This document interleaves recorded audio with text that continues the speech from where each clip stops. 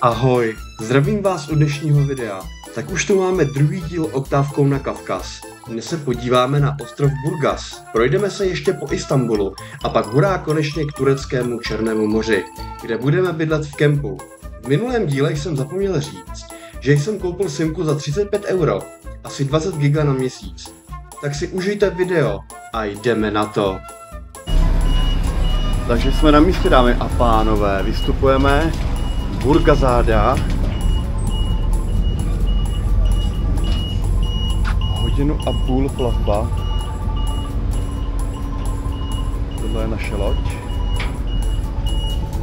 Tady to takhle týpek ovládá. A konečně můžeme jít. Děkuji.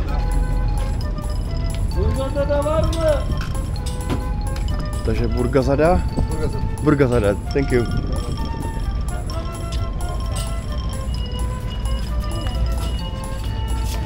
Tady se podíváme, v kolik nám jedou hodně zpátky. Takže tohle je takový jízdní řád.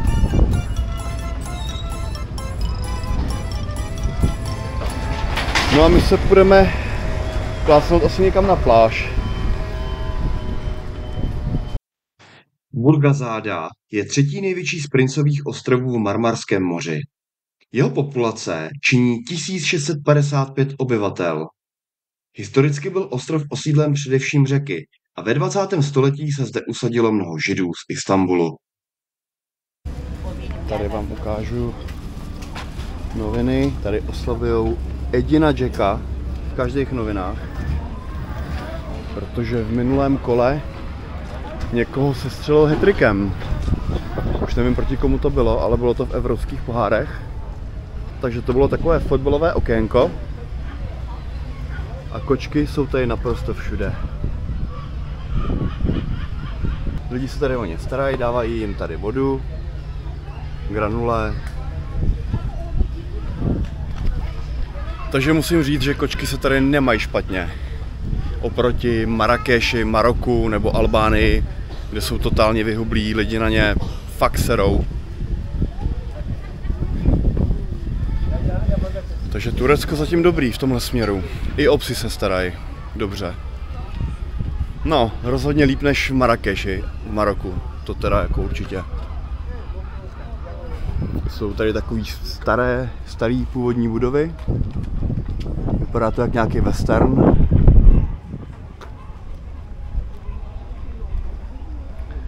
Mešita nemůže chybět na ostrově.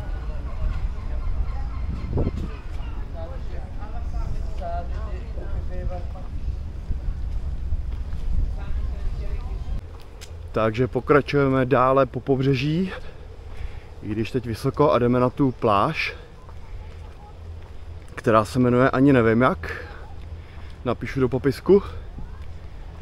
Takhle to tady vypadá, no. Jinak tomuhle ostrovu se říká ostrov mechu. A je to pravda. Ve vodě nebo na pobřeží těch pláží je hodně mechu. A i ve vodě na těch kamenech, takže asi něco na tom bude. Ale člověk by si řekl, že ostrov Istanbulu, že tady bude prostě mrtě turistů. Ale tady prostě je klid, je sezóna hlavní. Ale prostě je tady málo lidí. Takhle se jmenuje ta pláž, takže si na to můžete kouknout, když se sem budete někdo chystat. Uklizeno tady mají, tak je to dobrý. Samozřejmě ironie. Jako rozhodně je tady čistější než v Albánii, jo. Albánie je zatím země s Marokem, kdy to, jako už jsem navštívil hodně zemí, ale Albánie s Marokem, to je... Ještě vám chci ukázat jeden ostrov, který leží tamhle tím směrem. Já to zkusím přiblížit. Na tom ostrově, ten ostrov má tak 200 x 200 metrů. A je tam mešita, hotel a možná kostel, ale nejsem si jistý. Spíš to bude maják. Takže takhle, víc to přiblížit nejde.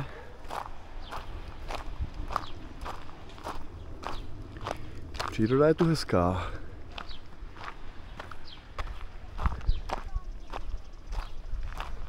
Tady na této pláži si pronajmete lehátko, nevím za kolik, ale asi moc drahý to nebude. A my jdeme sem na tuhle pláž.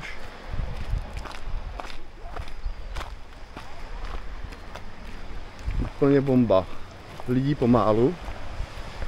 Takže tady se vykoupem, poležíme a pojedeme zpátky. Peťo, líbí se ti ta pláž? No tak super, čisto tady je dost, no čisto tady úplně není.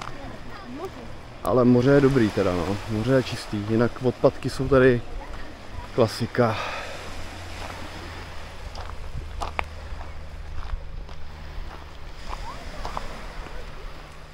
No, takže moře čistý, pláž pěkná, takže my se tady zabydlíme na chviličku a pak půjdeme někam na jídlo a zpátky do Istanbulu. Takže odjíždíme z Burgara zády zpátky do Istanbulu, byli jsme tady necelý 3 hodinky a odjíždíme zpátky.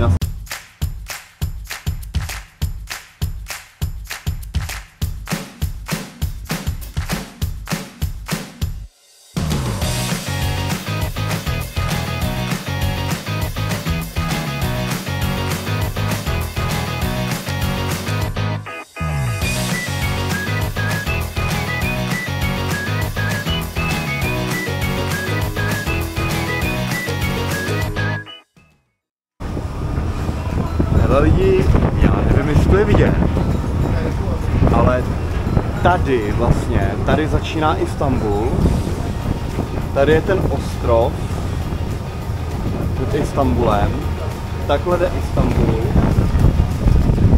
vlastně tady všude.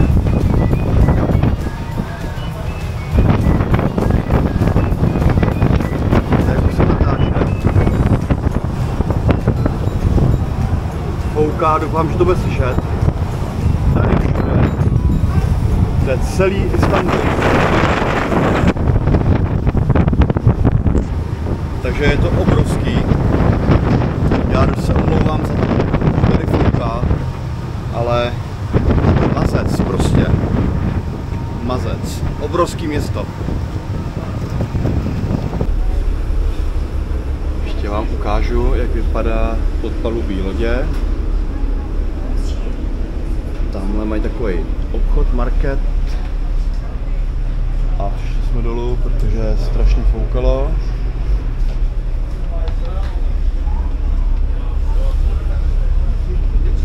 A bezpečně jsme připluli do Istanbulu zpátky. Takže se půjdeme podívat na starý bazar.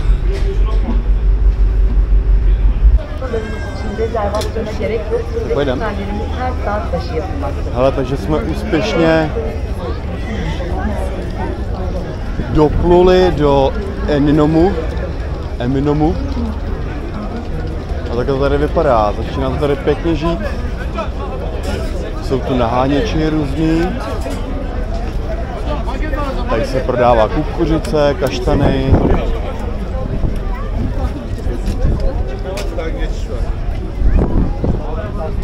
Typický jejich preslíky.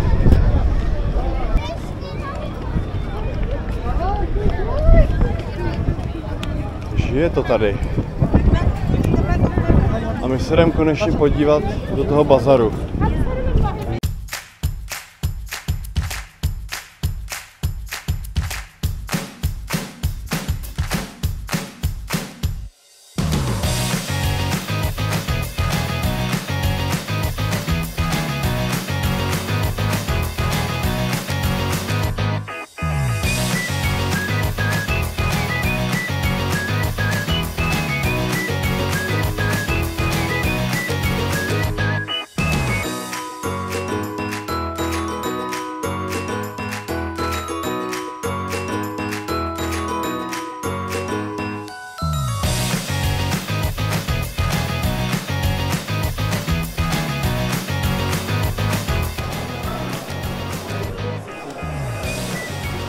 Tak co, Petruško, co to bude?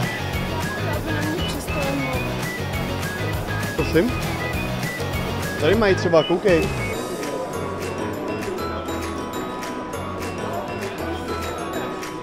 Jo, ale tohle je typický pro Turecko. Jak se to jmenuje? Nevíme ani, jak se to jmenuje, ale je to typická věc, že oni to prodávají i v Chorvatsku, ale je to turecký výrobek.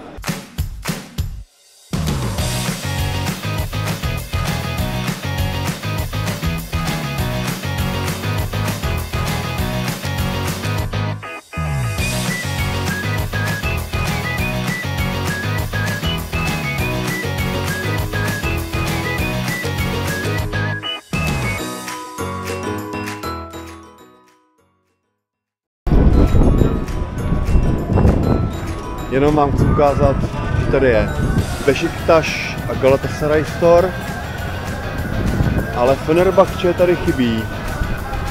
Tamhle akorát dres Fenerbahce.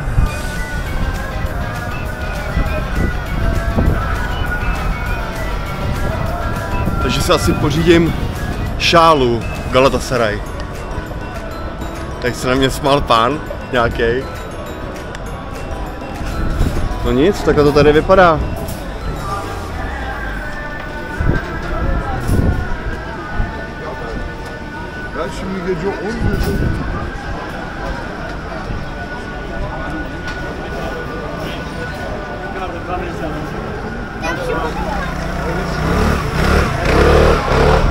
Tady mají luxusní kebab.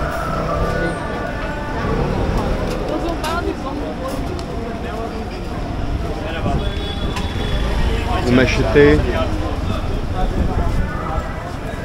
Mají tady dobré ceny, tavuk, malý, bejty doner, vali kebaby, iskender, pilav üstü. Very good, very good.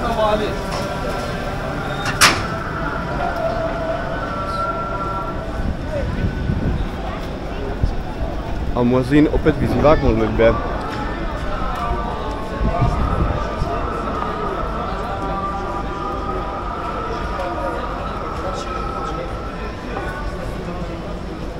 Jo, ještě jsem vám chtěl říct, že jak jsme byli na tom ostrově dneska, tak jsme si tam dali pizzu a to jsem nenatáčel a já jsem měl durum. Durum jsem měl? Jo, durum a to bylo z jehněčího a to mi teda úplně nejelo, jo, takže lepší doporučuji si dát spíš kuřecí. Vepřovej jsem tady úplně nenašel.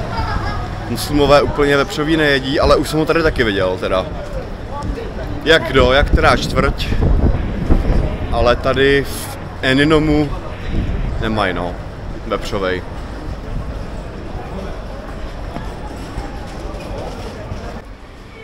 Takže přátelé, jsme zpátky na pokoji. Moc jsem to nenatáčel. Je to takový ten Istanbul, fakt, nevím, nelíbí se mi to tady úplně, ale teď půjdeme na jídlo a dám si nějakou dobrotu, takže to vám natočím, zrecenzuju a chci vám ukázat pokoj ještě. K tomu jsme se ještě taky nedostali, takže je takovýhle pokojíček, kde tamhle ty dveře, tam je koupelna, tam je teďka přítelkyně moje, tam líst nebudeme. 1500 korun na noc za snídaní, snídaně byla luxusní. A takovýhle balkon tady máme s teráskou a tamhle vzadu pak za rohem máme zaparkovaný auto, takže ráno vyjedeme a vyrážíme směr Trabzon. Tam budeme ubytováni v kempu, který se jmenuje Golge. A na to se těším, protože pojedeme k Černému moři a tam moc turistů nejezdí, takže to bude i něco nového pro vás, takže se podíváte, jak to vypadá v Turecku u Černého moře. A ještě jsem vám zapomněl říct, že jsem si koupil tričko. To se musí, to vždycky, když někam jedu, tak si kupuju tričko té dané země. Tričko stálo 400, ale já jsem to usmlouval na 350, což je nějakých, já nevím, 200 asi. A pořídil jsem tady šálu Beşiktaş Istanbul. Měli tam i Galatasaray, ale ta se mi nelíbila. A Fenerbahce o ničem. Nejhorší klub. Ukážeš, jak jsme si objednali. Takže tohle je ten durum, to je ten talíř kuřecího. A já jsem si dal kuřecí durum, takže jdem to ochutnat. Cena nějakých, kolik to stálo? Tohle 70 korun? 70 korun, takže jdem to ochutnat.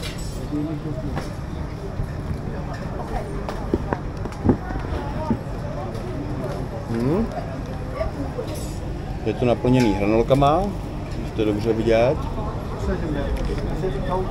A je v tom sýr, hranolky, nějaká zelenina. Je to dobrý.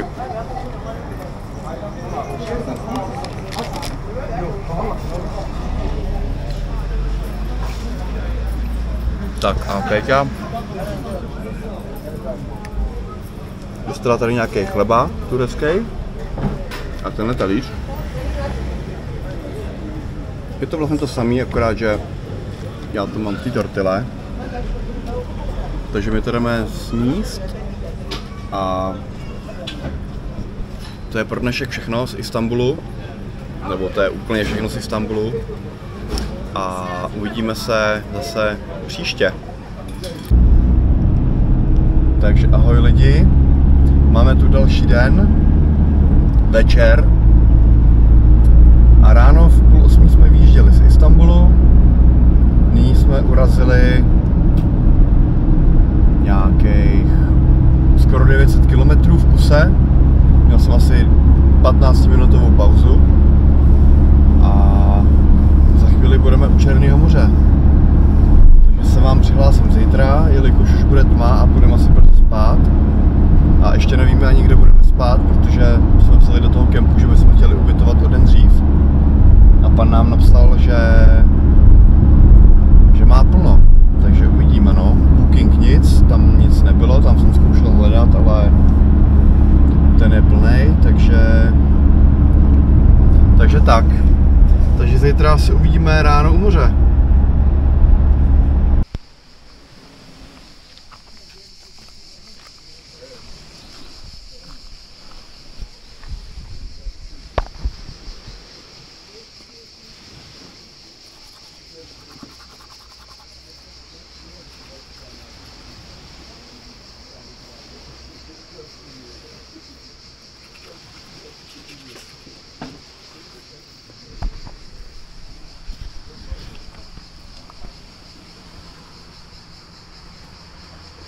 Luxusní umyvadlo hned vedle ložnice.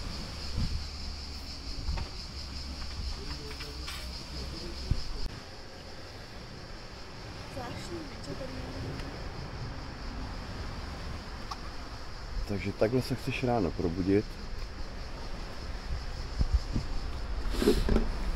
Takže přátelé, máme tu další den. Dobré ráno. A jsme na místě. Golge Camp Ordu. 10 km od města Ordu a 150 km od města Trabzon.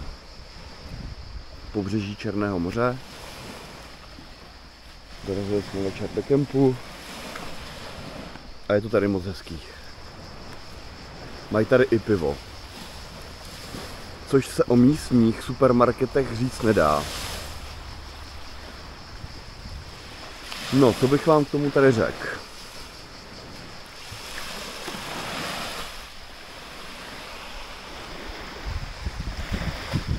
Takhle to tady vypadá. Tady se budeme 2 dny koupat, respektive 1,5 dne.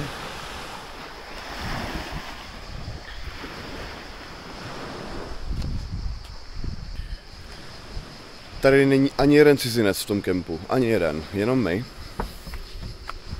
A když vidějí naši SPZ-ku, tak jsou docela vykulený, fotěj si to, vylejzají z obchodu, borci, prostě Paráda. Chtějí se fotit a tak. Takže zatím takhle, no. Pétě se tady taky líbí, tak dobrý. Takže takhle budeme snídat. A chtěl bych poděkovat za tip na tuhle ledničku Senkor mému kamarádovi z práce Lukášovi Svárovskému za to, že mi doporučil tuhle ledničku, protože je fakt super a dobře chladí. Díky Lukáši. Paráda.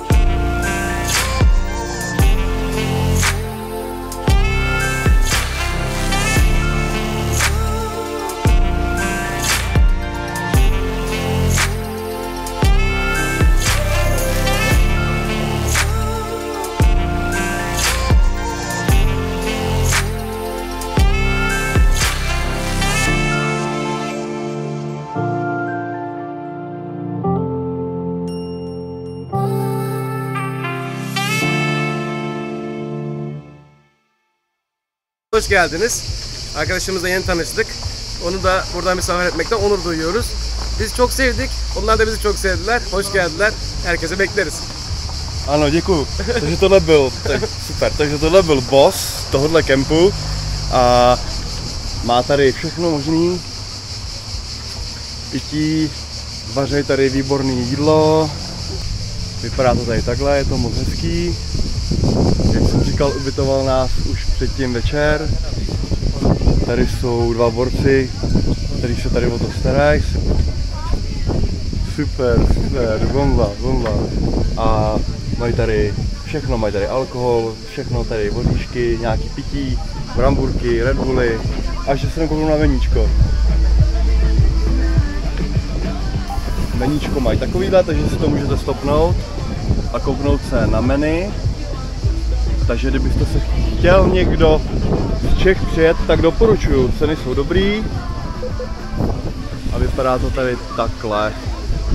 Žije to tady, takže pohoda. A my zítra razíme do Gruzie, takže jdem si to ještě užít a je to bomba.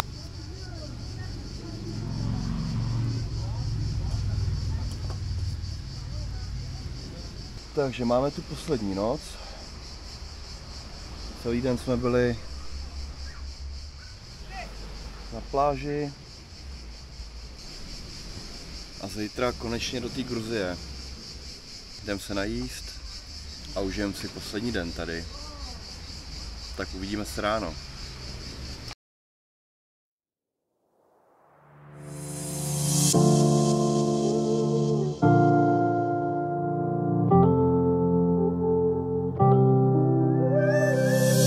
No tak tohle už je z dnešního dílu opravdu všechno. Díky, jestli jste dokoukali video až sem. Pokud se vám video líbilo, můžete mi dát like a budu rád. Jo, a spoustu z vás, co mě sleduje, mi ještě nedala odběr, tak i za ten budu rád. Stačí jedno kliknutí a zabere to jen 1 sekundu. Díky. Příště se můžete těšit už na Gruzii a do té doby se mějte. Ahoj.